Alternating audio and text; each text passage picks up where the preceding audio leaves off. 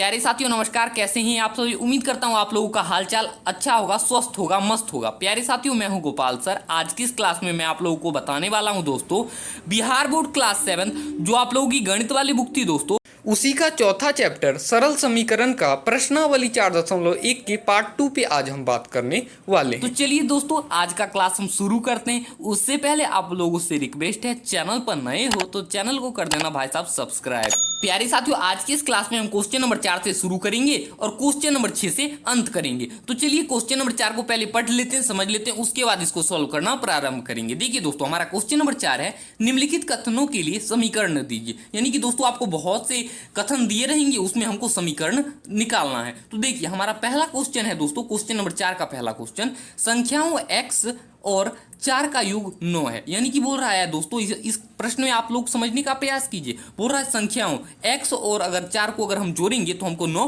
प्राप्त होगा। तो यहां पर देखिए क्वेश्चन नंबर 4 का हम पहला हल में लिखेंगे दोस्तों।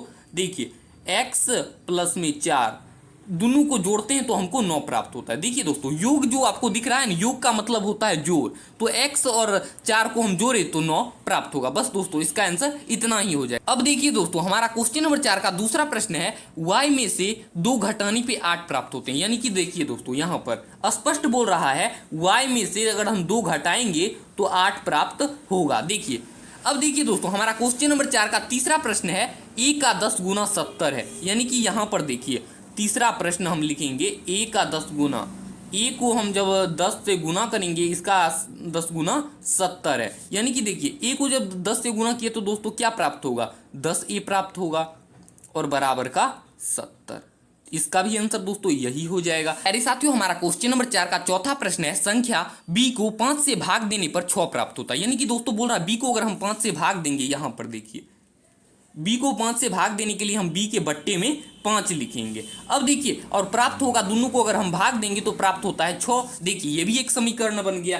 प्यारे साथियों, हमारा क्वेश्चन नंबर 4 का पांचवा प्रश्न है, t का 3/4 15 है। देखिए दोस्तों यहाँ पर t है, इसका 3/4 यानी t को हम 3/4 से गुना कर देंगे। यहाँ पर बोल रहा है दोस्तों स्पष्ट 3/4 यानी 3/4 और बराबर का 15। अब देखिए दोस्तों, टी को जब हम 3/4 से गुना करते हैं तो 3/4 और यहाँ पर टी हो जाता है और बराबर का 15। यही दोस्तों इसका भी आंसर हो जाएगा। प्यारे साथियों, हमारा क्वेश्चन नंबर 4 का छठा प्रश्न है। देखिए यहाँ पर m का 7 गुना और 7 का योगफल आपको 77 देता है। यहाँ पर देखिए, यहाँ पर बोल रहा है क्वेश्चन m का 7 गुना, यानी m को हम 7 से गुना कर देंगे। अब देखिए आगे प्रश्न में, और 7 का योगफल, यानी कि यहाँ पर देखिए 7 जोड़ेंगे और योगफल मतलब होता है दोस्तों जोड़ना, योग, जैसे कि मैंने आपको पहले ही बताया था, और बराबर का 77।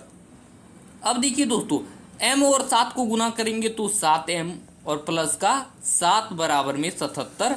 यही हमारा आंसर हो जाएगा। ये मेरी प्यारी साथियों, हमारा क्वेश्चन नंबर 4 का सातवां प्रश्न है, एक संख्या x की चौथाई ऋण 4 आपको 4 देता है। यहाँ पर देखिए बोल रहा है एक संख्या x है और इसकी चौथाई यानी x/4 और माइनस का ऋण, यानी ऋण मतलब होता है दोस्तों माइनस 4 आपको 4 देता है। यानी कि हम लिखेंगे x/4 माइनस 4 आपको 4 देता है। तो यहाँ पर देखिए दोस्तों, हम लिखेंगे x/4 माइनस का 4 और बट्टे बराबर में 4। यही हमारा आंसर हो जाए। अब देखिए दोस्तों, हमारा क्वेश्चन नंबर 4 का आठवां प्रश्न है, यदि आप y के 6 गुने में से 6 घटाएं तो आपको 60 प्राप्त होता है। यानी कि बोल रहा है y के 6 गुने, यानी कि y को दोस्तों y को हम 6 से गुना करेंगे, 6 गुने में से 6 घटाएं, इसमें से हम दोस्तों 6 घटाएंगे तो आपको 60 प्राप्त होता है। तो आपको 60 प्राप्त होता है। देखिए दोस्तों, 6y को जब हम 6 से गुना करेंगे तो क्या प्राप्त होगा, 6y प्राप्त होगा और माइनस का 6 और बराबर में 60। यही हमारा आंसर हो जाएगा। अब देखिए दोस्तों, हमारा लास्ट का प्रश्न है, ये दोस्तों 8वां प्रश्न है, हम गलती से लिख दिए हैं 9वां प्रश्न। अब देखिए लास्ट का प्रश्न है, क्वेश्चन नंबर 4 का अंतिम प्रश्न, यदि आप z के 1/3 में से 3 जोड़े तो आपको 30 प्राप्त होगा। यानी कि बोल रहा है एक संख्या है, यदि आप z के, यहाँ पर हम लिख लेते हैं दोस्तों z लिख लेते हैं। अब देखिए z के 1/3 यानी 1/3, z में 1/3 से गुना करेंगे और में 3 जोड़े, यानी इसमें 3 जोड़ दिए तो आपको 30 प्राप्त होगा, बराबर में हमको 30 प्राप्त होगा। अब देखिए z को 1/3 से गुना किए तो 1/3 और z और ये प्लस यहाँ का 3 उतर जाएगा और बराबर का 30। यही हमारा आंसर हो जाएगा दोस्तों। आशा करता हूँ आप लोग प्रश्नावली 4.1 के क्वेश्चन नंबर 4 समझ गए होंगे। तो चलिए अब चलते हैं अगले प्रश्न पर। प्यारे साथियों, हमारा क्वेश्चन नंबर 5 है, निम्नलिखित समीकरण को सामान्य कथनों के रूप में लिखिए। यानी कि दोस्तों निम्नलिखित समीकरण, यानी आपको बहुत से समीकरण दिख रहे हैं, इसको हमको सामान्य कथन के रूप में लिखना है। जैसे कि आपको क्वेश्चन नंबर 4 में कथन दिए थे और उसमें समीकरण के रूप में लिखना था, इसमें समीकरण दिए हैं और हमको कथन के रूप में लिखना है। तो देखिए पहला समीकरण है p + 4 = 15। तो यहाँ पर हम दोस्तों लिखेंगे p और 4 का योग 15 है। अब देखिए दोस्तों इसका दूसरा सवाल है m - 7 = 3। तो इसमें लिखेंगे m में से 7 घटाने पर 3 प्राप्त होता है। अब देखिए दोस्तों क्वेश्चन नंबर 5 का तीसरा प्रश्न है 2m = 7। तो इसमें हम लिखेंगे m का दुगुना 7 है। अब देखिए दोस्तों क्वेश्चन नंबर 5 का चौथा प्रश्न है m/5 = 3। तो यहाँ पर दोस्तों हम लिखेंगे एक संख्या m का 1/5 और कोमा 3 होता है। अब देखिए दोस्तों क्वेश्चन नंबर 5 का हमारा पांचवा प्रश्न है 3m/5 = 6। तो इसमें लिखेंगे एक संख्या m का 3/5 कोमा 6 होता है। अब देखिए मेरे प्यारे साथियों हमारा क्वेश्चन नंबर 5 का छठा प्रश्न है 3p + 4 = 5। अब देखिए दोस्तों इसमें हम लिखेंगे इसके उत्तर में p के 3 गुने में 4 जोड़ने से 25 प्राप्त होता है। बस दोस्तों इसका भी आंसर इतना हो गया। अब देखिए दोस्तों हमारा अगला प्रश्न है क्वेश्चन नंबर 5 का सातवां प्रश्न 4p - 2 = 18। तो इसमें दोस्तों हम लिखेंगे p के 4 गुने से 2 घटाने पर 18 प्राप्त होता है। प्यारे साथियों अब हमारा अंतिम प्रश्न है क्वेश्चन नंबर 5 का आठवां प्रश्न p/2 + 2 = 8। तो दोस्तों इसमें लिखेंगे p के आधे में 2 जोड़ने पर 8 प्राप्त होगा। बस दोस्तों इसका भी आंसर इतना हो गया। तो आशा करता हूं दोस्तों क्वेश्चन नंबर 5 भी आप लोग समझ गए होंगे। तो चलिए चलते हैं आज का अंतिम प्रश्न क्वेश्चन नंबर 6 पर।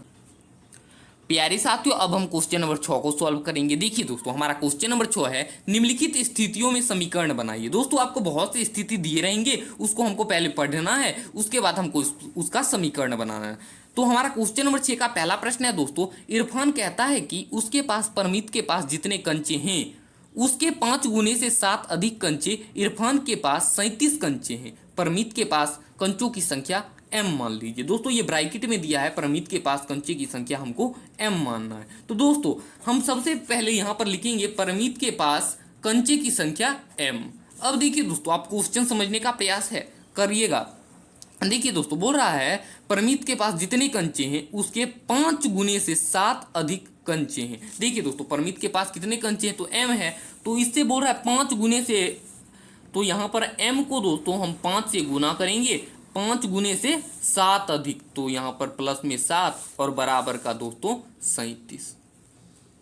अब देखिए m को जब 5 से हम गुना करेंगे तो 5m हो जाएगा और प्लस का 7 बराबर में 37। यही तो हमारा आंसर हो गया, समीकरण बन गया दोस्तों। प्यारे साथियों हमारा क्वेश्चन नंबर 6 का दूसरा प्रश्न है लक्ष्मी के पिता की आयु 49 वर्ष है, उनकी आयु लड़की की आयु के 3 गुने से 4 अधिक है। अब देखिए दोस्तों ब्रैकेट में दिया है लक्ष्मी की आयु को y वर्ष लीजिए। दोस्तों आप लोग समझने का प्रयास कीजिएगा हमारा प्रश्न कहता क्या है। देखिए बोल रहा है लक्ष्मी के पिता की आयु 49 वर्ष है, ठीक है, उनकी आयु लड़की की आयु के 3 गुने से 4 वर्ष अधिक है। तो हम सबसे पहले क्या करेंगे दोस्तों, ये ब्रैकेट में जो दिया है हम पहले वो लिख लेंगे। देखिए बोल रहा है लक्ष्मी की आयु को y मान लीजिए। तो यहाँ पर दोस्तों हम दूसरा प्रश्न लिखेंगे माना लक्ष्मी की आयु,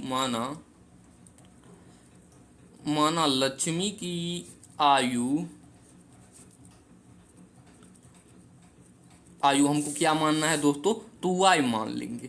अब देखिए दोस्तों आप मेन प्रश्न को समझना है, उनकी आयु लड़की की आयु से 3 गुने से 4 वर्ष अधिक है। देखिए लड़की की आयु दोस्तों हमने तो मान लिया लक्ष्मी की आयु y, अब बोल रहा है लड़की की आयु से 3 गुने, तो y को हम 3 गुना कर देंगे से 4 अधिक है तो इसमें 4 को अधिक कर देंगे। अब देखिए लक्ष्मी के पिता की आयु 49 वर्ष है, तो यहाँ पर हम लिख देंगे 49 वर्ष। अब देखिए y को जब हम 3 से दोस्तों गुना करते हैं तो 3y हो जाता है और प्लस का 4 और बराबर में 49। एक समीकरण बन गया।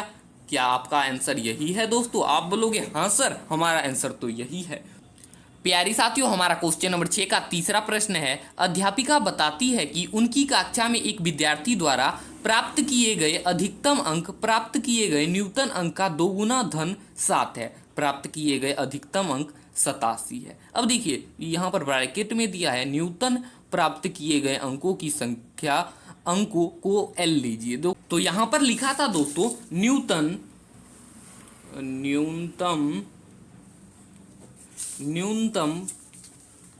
प्राप्त